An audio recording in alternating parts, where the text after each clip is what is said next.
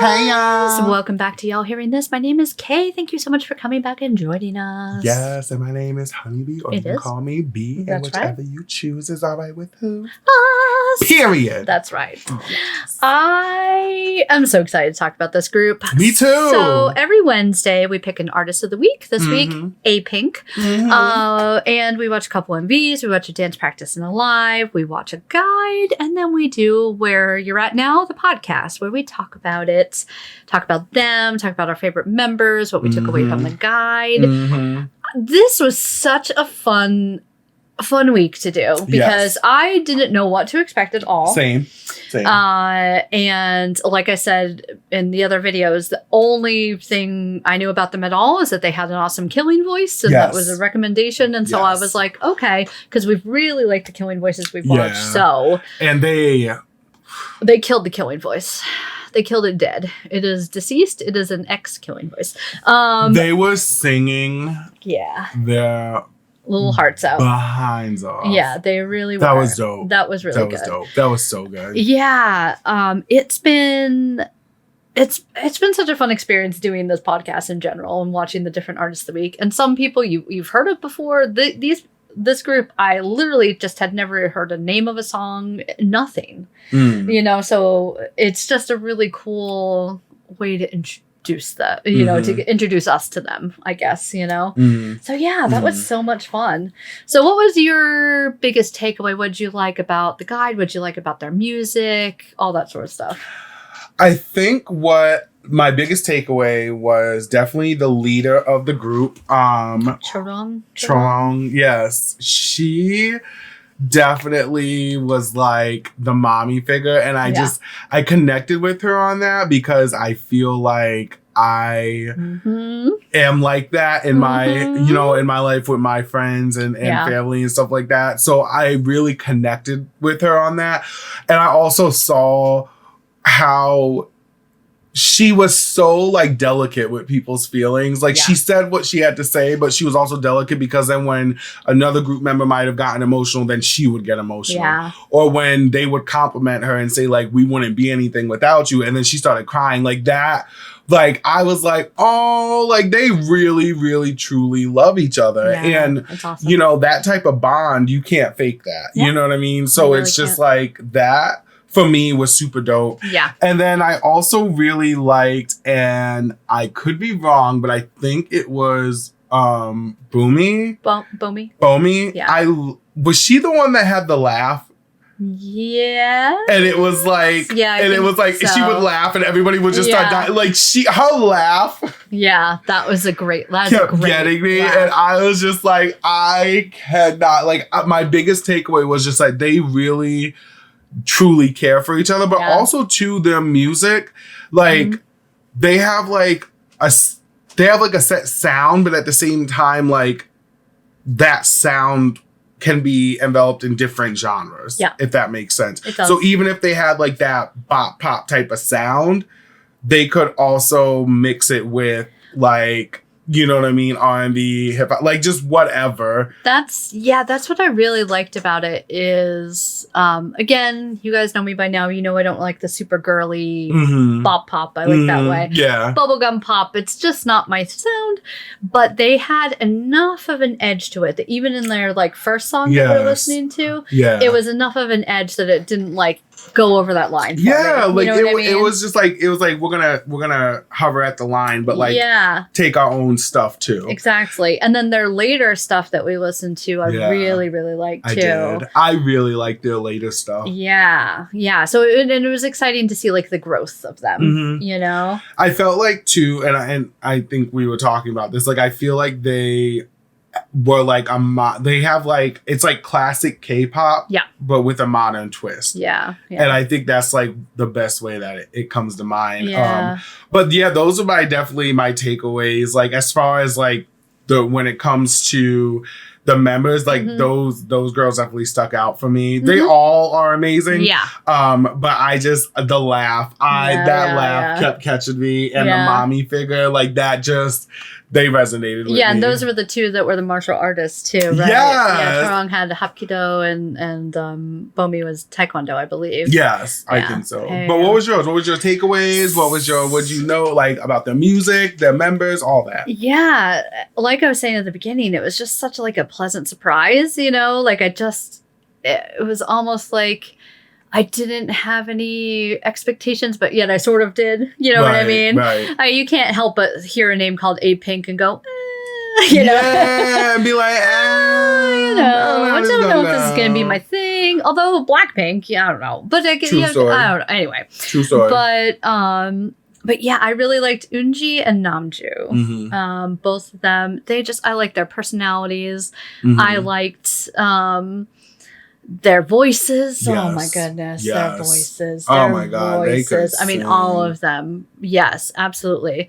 But yeah, just they just had that little something. I really liked them on the different shows and then their acting and stuff that they showed. I think Eunji was the one too that was a musical actress.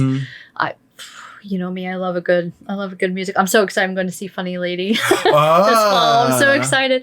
One of my all-time favorite movies. But yeah, I love that they all have the most amazing voices. Yes. Like it was, we were saying, like, you know, their lead dancer then pops off with like, you know, hits this note that I couldn't hit in a million years kind of thing. Oh, the dolphin notes. Yeah, the dolphin notes. I'm trying to remember. One of them was Eunji? No, I can't remember now. Yeah. But yeah, Chorong was dolphin number 1. Yes. And I can't remember who dolphin number 2 was. I was in the guide. Dying. Yeah. That was so much fun. That was hilarious. Yeah. I know. How do you hit those notes? It's crazy. You gotta be Mariah Carey or Shantae Moore or Shanice. All these people that be hitting them notes. Yeah. It was a great guide, I think. I think it gave a really good breakdown of the different members, as well as giving a little bit more of their music as well. Actually, I was like, I don't know if you want to pull it up and look to see, you know, their release history, like how many albums and stuff, because, you know, I'm a nerd and I love looking that stuff up. Absolutely. But while you pull that up, I was going to say, I kind of want to, you know, add to the fact that you were saying about how it would say like lead singer and then lead dancer. And usually I feel like when we watch these guys, there's usually like mainly one, you know what I mean? And it was just interesting that it was like set across all of them. And like, you know what I mean? It was always lead something in each one, but it was multiples of the same. So I love that. It kind of gives that idea of like unity and also like that they all are equal. So it's like, you know, I want to say Bomi, but it's Bomi. Is it Bomi or Bomi? Bomi, I believe. Okay, so like Bomi could be lead vocalist, but then so can Chorong. You know what I mean? Yeah. So it's like I love that. I thought that was super duper dope. Yeah, definitely. I know they don't have it like listed. So they have 4 Korean albums. It says. Oh, if you hit the discography. Oh, there we go. There we go. Yep. Okay, so they have 7 studio albums. Wow. 3 compilation albums. Wow. 8 video albums. Wow. 35 music videos. Wow. 9 EPs. Wow. 31 singles. Okay. 1 soundtrack album and 1 single album. Soundtrack album? I know. What? And that doesn't even talk about like the members' solos and stuff like that, because there was a couple of them. Yeah, so that's crazy. Oh my That's gosh. awesome. Look at all their tours too. Tons and tons of tours. I'm just really so we didn't really talk about it. So after the guide that we watched, one of the other members left. So Nan left, I guess, last year. So we looked that up. And then one member who they didn't talk about in the guide, Yu Kyung, she left in 2013, I believe they said in the guide. But yeah, they debuted in 2011. Yeah, I don't understand why they aren't much bigger. They have, which could be that we're gonna talk about that because that's gonna be a say what. Okay. We're gonna talk about that. All right. I like it. That's a good say what conversation. Yeah, because I really think that they have just something a little different about them, you know? Because, I mean, so many groups, of course, have great singers, you know? But I feel like there's just that little something different about them, you know? Enough that I think puts them in, like, a different level, you know? That killing voice was just chef's kiss. That killing voice was just... yeah. How do you even like get past that? Like it was so good. It was at a level of like a Mamamoo level. Yeah, you know what I mean. And like just hitting notes left and right like it was nothing. Like it was effortless. And the harmonies, they make it look effortless. The harmonies, the blending. Yes, I still wait. Who was at the very end? That one that kept jumping. It's gonna irk me. I know. I need to look because I couldn't tell if it was Unji or Namju. I'm gonna look that up. I'm gonna look that up. That was so good. It was just like the execution when they're standing in front of mics and stuff like that, and it's like, you know, everybody's mic is leveled a certain way and all this other stuff, and I, you know, we even said this during the video. Like most groups will perform just in general with the backing track, right? Yeah. And the backing track is supposed to just help. You know, God forbid if their mic goes out, if something happens, you have the vocals so you can continue to perform. Yeah. On this show, though, it was like their backing vocals were turned down so you can actually hear. It was like a moment for them to be like, hey, yes, we've been in the game for, 11, 12 years now.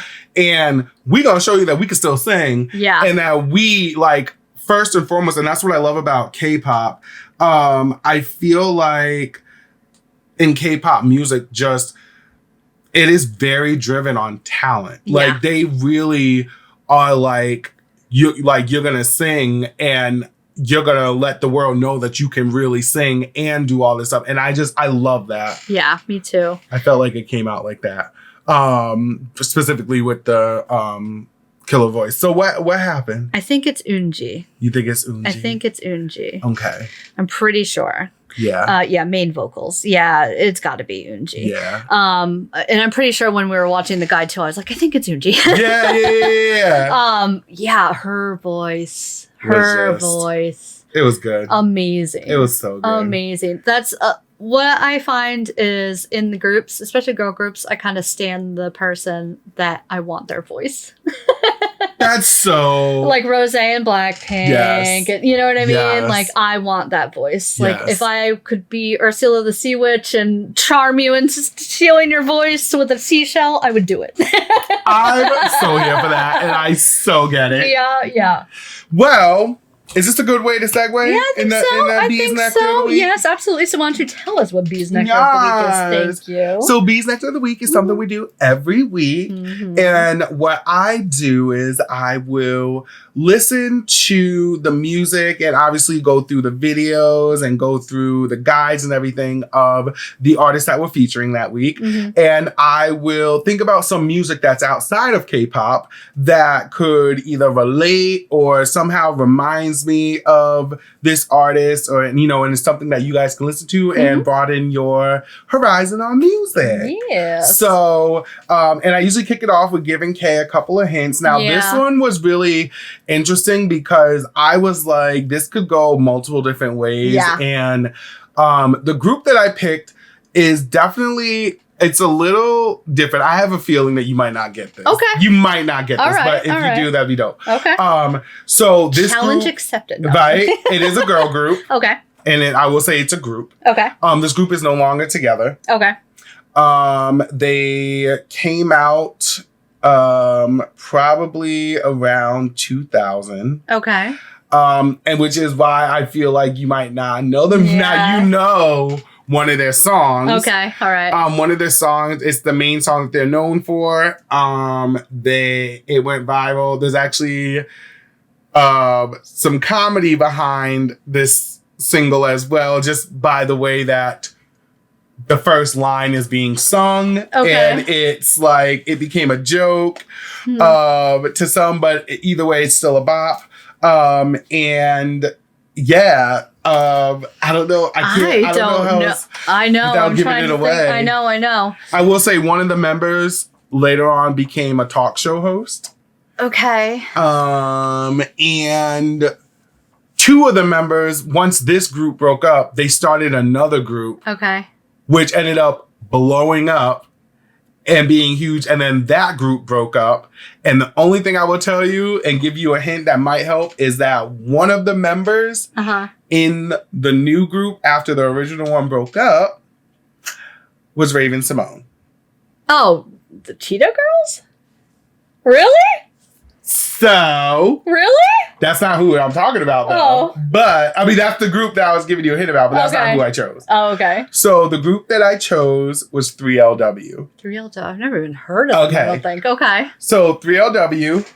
Okay. has a song that you will know once you hear it. Okay, let me give you the history. Okay. Okay. What's the name of the song? I'm not going to tell you. Okay. So 3LW, which stands for Three Little Women, is an American girl group that formed in 1999 that consisted of members Adrienne Bailon, Kylie Williams, and Naturi Naughton. Okay.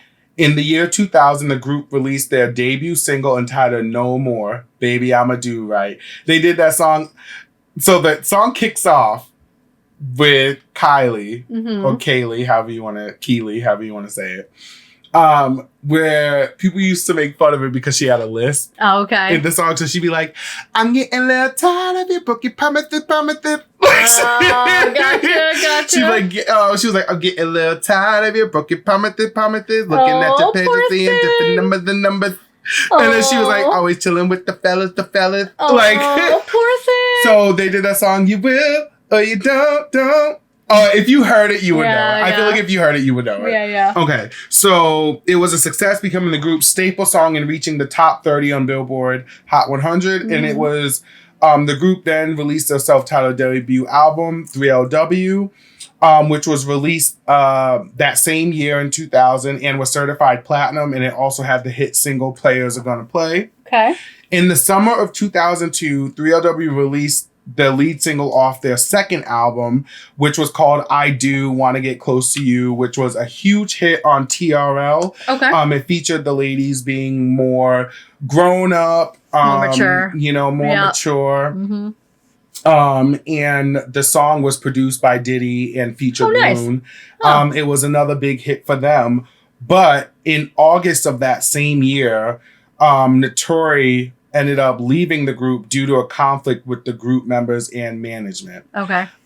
So what ended up happening was it was a big deal. It was probably one of the first quote unquote fights or whatever that was ever brought to TRL. Oh. So it would be like, so the two girls, Adrienne and Keely, would go on and they would speak their piece. And then the next time Naturi went on and was like, okay, this is what happened. Wow. So, and it was back and forth. So the whole story, it's legendary. You can look it up. There's mad different things about it. Fast forward till now, we'll get like, Naturi ended up making like Everything's Chill. You know what I mean? Specifically with Adrienne. That's good. I don't know about Keely, but Adrienne and her ended up publicly patching things up on the show that she was hosting. Gotcha. So, but what ended up happening was apparently there was a fight that happened, and Keely's mom was their manager, whatever. And apparently Keely and them were eating fried chicken and eating KFC, and somebody threw hot mashed potatoes at the door, and it just created this whole thing. It was a mess. Goodness. I will never forget it for the rest of my life. It was a mess. Hot mashed potatoes. Who throws hot mashed potatoes? So gravy and stuff. I know. I'm all mad. I'm like, the fast side of myself was like, excuse me, who's wasting that? Mashed potatoes. Right. Yeah. Oh my God. No, I'm not a gravy girl, but mashed potatoes. But needless to say, the group released their second album, A Girl Can Act, that same year. The loss of Naughton greatly affected the group in terms of sales and popularity, as their other singles, including Never Get Enough, all underperformed. The group's third studio album and first Christmas album, Naughty or Nice, was released in December of that same year. However, the album failed to chart on any Billboard chart. It was a commercial failure. So then they ended up having this new girl, Jessica Benson, join the group in 2003. And then in 2006, the group released their first single in 4 years called Feeling You, produced by Jermaine Dupri. And it was from the group's fourth studio album, Point of No Return, which was set to be released in the summer of 2006. However, the album was pushed back numerous times until it was shelved indefinitely, and the group ended up breaking up.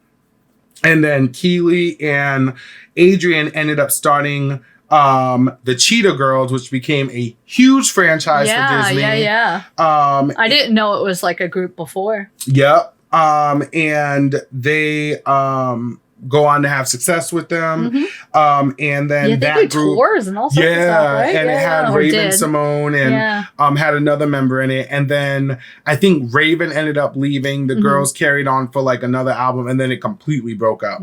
So after all that, Adrian ended up doing a show called The Talk, where she was like, it was a morning talk show. Oh, the one with a bunch of people? It used to have Tamar Braxton on it. And then Tamar ended up leaving. It has Lonnie Love and all of them on it. I think I've seen episodes here and there. Yeah, so Doctor's that's the show. Kind of. So that's that's when Notori ended up coming back, and they ended up making amends on live TV. Good. That's nice.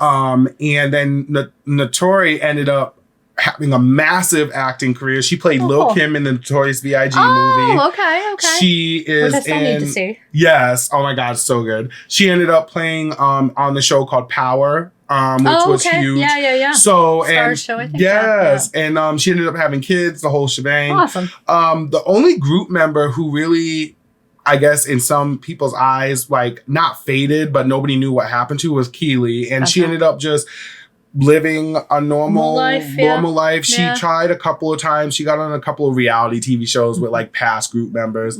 She was on another show more recently in the last couple of years where they actually were trying to form a super group with old group members from different girl groups over the last, like, from the 2000s. And she ended up getting kicked out the group, she ended up just not following whatever happened. Gotcha. So, it was crazy. Was she the mashed potato thrower? I mean, all right. I mean, I'm just throwing guesses out there. Listen, we weren't there, so we don't know. But it was messy, literally. But yes, that is my Beast Corner of the Week. Nice. The reason I picked them is it was just fresh, like girl group. Like it just had the same energy. Nice. As Apink when they first came out. It was just like that same vibe. Nice. But this whole idea brings me back over to, you had started talking earlier, and I'm trying to remember because it made me think instantly. We have a Say What section. So the Say What section of the show is where it could be about the same topic. It could be about the group we're talking about or artist, or it could be completely random. But the reason I brought this up is because you were mentioning something earlier. Was it about people leaving the group, maybe? Thank you. Okay. Yeah. So it was about people leaving the group. Yeah. So my question to you is I guess it can be in any aspect, in any, whether it's K-pop, it could be anything outside of K-pop, whatever. People leave groups all the time. Sure. Right? Do you feel that when people do leave a group,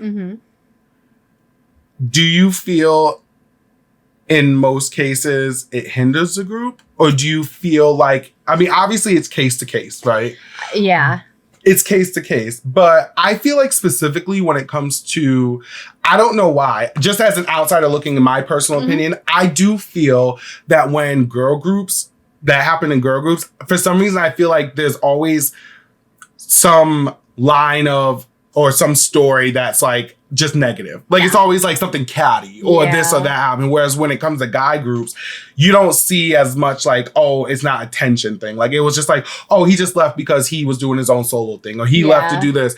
And that's the end of the story. But when I feel like for me, when it comes to girl groups, I do tend to see more. But and not to say that there was any with this situation with Apink or anybody, but just in general, here's How my do you take feel? on that. Yes. About that was the my girl thing. versus guy group specifically. Yes. Are we just only hearing that about girl groups because it's girls and catty? And do you see that's what I'm saying? Blah. You know, because I'm sure there are plenty of times, and I think we've even talked about a couple groups where we even said there was like infighting and stuff like that. Yeah. Whether it hinders or helps, I think you're very true with the case to case. Now, if it's a person that's being like disruptive, if it's a person that is just not pulling their weight, if it's a person who's just unhappy with like being in the group or whatever, you know, creatively, however, then it helps them to get rid of that person. Not get rid of them, but it helps that person when they leave. You know what I mean? Yeah.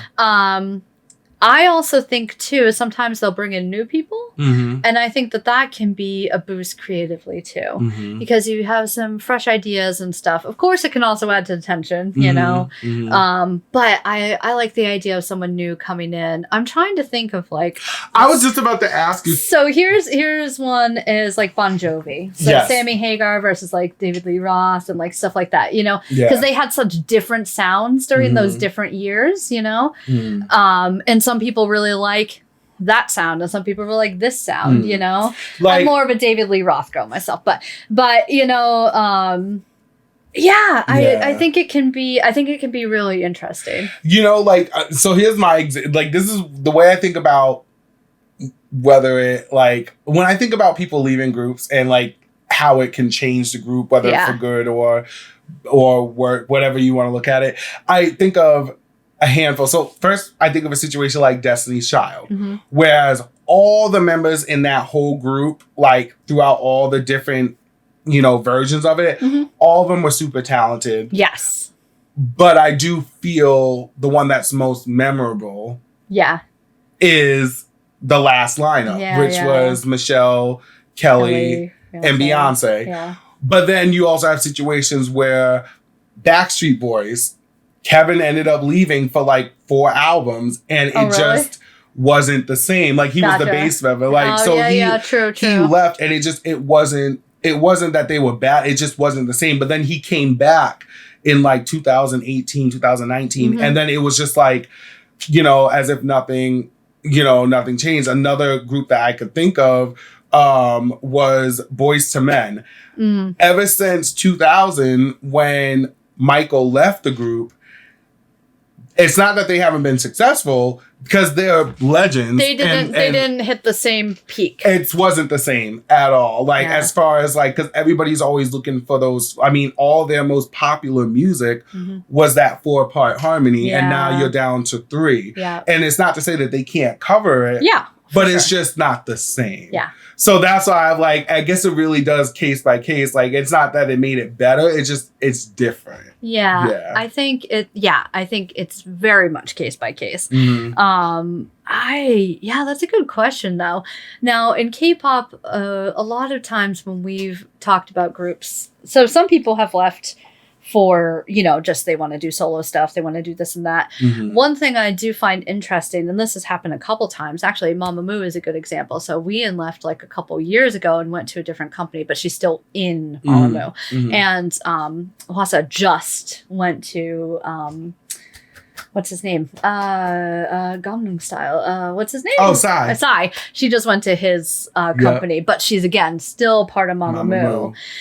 So I find that interesting that they can be under different companies but still come together with some sort of agreement, you know, which is great because I don't want Mamamoo to break up in any way, shape, or form. Like, please, all of them. I love Mamamoo Plus. Don't get me wrong, but all of them together are just magical. Which I love that happens now. Yeah. Because I do remember specifically with Destiny's Child. I remember that the main reason they broke up the first time was because the 2 group members, Latavia and Latoya, just didn't want Matthew, Beyonce's dad, to be their manager anymore. They just wanted to get outside management. Yeah. And back then, I'm guessing it caused tensions. And next thing you know, they found out. Especially when it's family. Especially when it's family. And they didn't know they were kicked out the group until they saw the Say My Name video. Like, and that's crazy. You know what I mean? And it's just like, that's tough. But now I feel like it is more normal that if you want to have your own management and still be a part of the group, I like that. That's the thing that I like that has changed. And a couple other groups we've watched, people have been kicked out for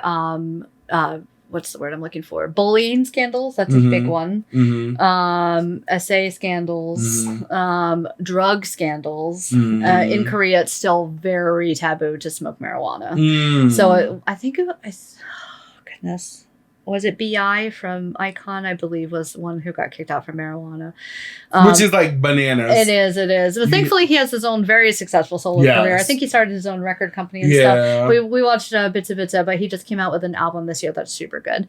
But yeah, it's really interesting when a lineup changes because, of course, especially if you've been a fan of the group since the beginning, sometimes when that happens, you just can't even imagine like a group going on, you know, like in a different shape, you know? And it's tough too when like, say someone passes away from a group, you know, because then you have that whole, should we continue? Should we not? You know, TLC. Yeah. Good what? You know what I'm saying? Like people were like, what y'all gonna do? They thought they were gonna replace Left Eye. Yeah. You know what I mean? No. Yeah. You can't. Like, some people are just irreplaceable. It's kind of like the one thing that comes to my mind is like Nirvana. Like they couldn't have gone on without Kurt Cobain. You know what I mean? Like it was his baby kind of, you know. I'm super happy like Dave Grohl went on to the Foo Fighters and all that, you know what I mean? So I'm happy that they're still, although Chris Novoselic, I don't know if he ever ended up doing anything else. I mean, I'm sure he did, but I just don't know about it. But yeah, that it's tough. It's tough when group members leave, for sure, especially as a fan. You know, they carried on. Listen, Apink out here doing the dang thing. Yeah. Making music, still doing it up. You know what I mean? I know. Everybody's thriving. I'm super excited to get in some more from them, for sure. Yes. I can't wait to go put these songs on my playlist. Period. And I really like them. I don't understand why they aren't huge. I just don't get it. Well, you know, maybe. And maybe they are in Korea. I don't know. Yeah. But maybe this will be their time. Maybe this will be their time to blow up even more, you know, outside of the K-pop realm and maybe like push over into more international waters and just, you know, thrive. Can you imagine going to see them live? That'd be fire. I have to say, Mamamoo is just one of the best concerts I've ever been to. Not just for vocals, they're great dancers and like the show itself was so much fun too. But like, their vocals. See, I can't. Their vocals live were just amazing. I'm telling you. Yeah, and this would be the same sort of group. I really do kind of put them in the same sphere as Mamamoo.